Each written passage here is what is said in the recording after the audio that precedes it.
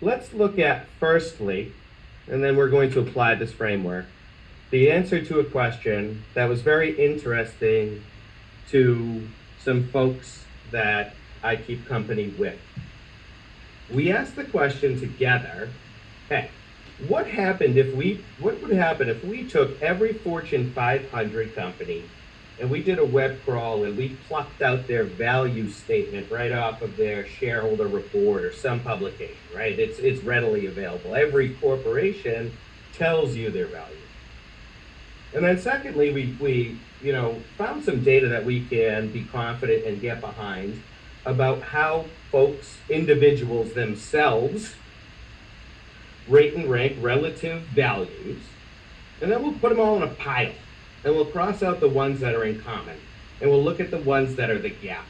And maybe that would be an interesting place to see, because if this is done correctly, what it might mean is that these values, since they're more valued by individuals and less valued by corporate, we might see evidence of this empirically and statistically. So let me drive you through firstly what these 7 values are.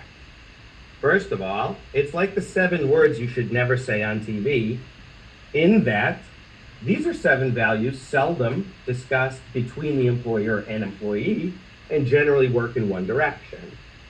So again, this is the list of value gaps, things important to people that corporate doesn't talk about. The first is the capacity to know yourself and to know the people around you, including your community. I think that holds true when we work for a corporation. As they get larger, they are further removed from communities and therefore have less capacity to know. I don't think that's a judgment. I think that's a fact.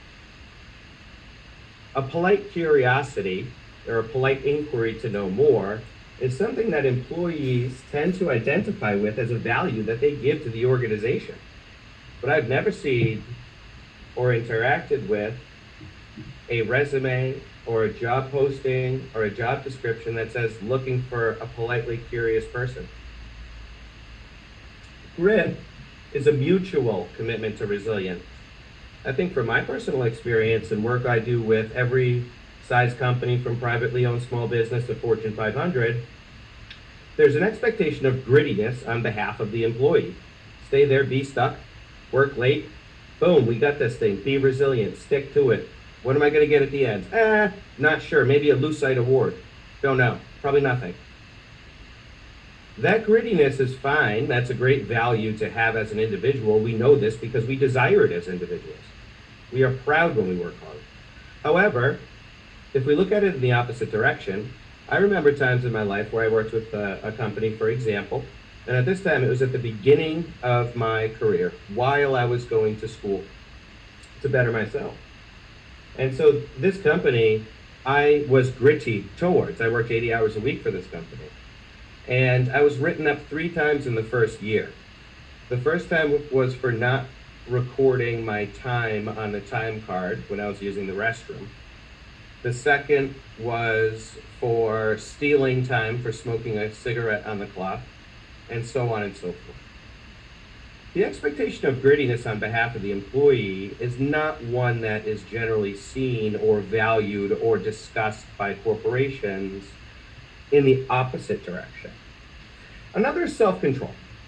Self-control is a strategic restraint that occurs for mutual benefit.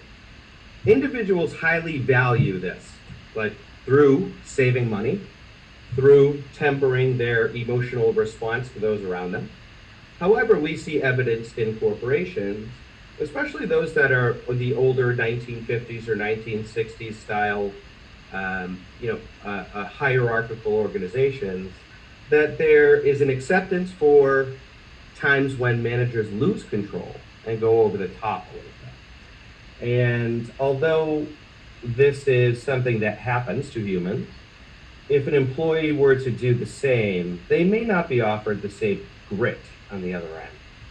The final 3 are Zest, which is passion and enthusiasm, gratitude, readiness of appreciation in return of kindness. Gratitude is not thankfulness. Gratitude is only thankfulness as a means for a definition in the English language to try to describe an eagerness to return an act of kindness. And finally, optimism, the belief in a successful outcome. And so I could talk at length about how each of these really is institutionalized into organizations. But I think the challenge that I have for this group today is, why are these topics taboo in business? We see a emotions and then semicolon business approach.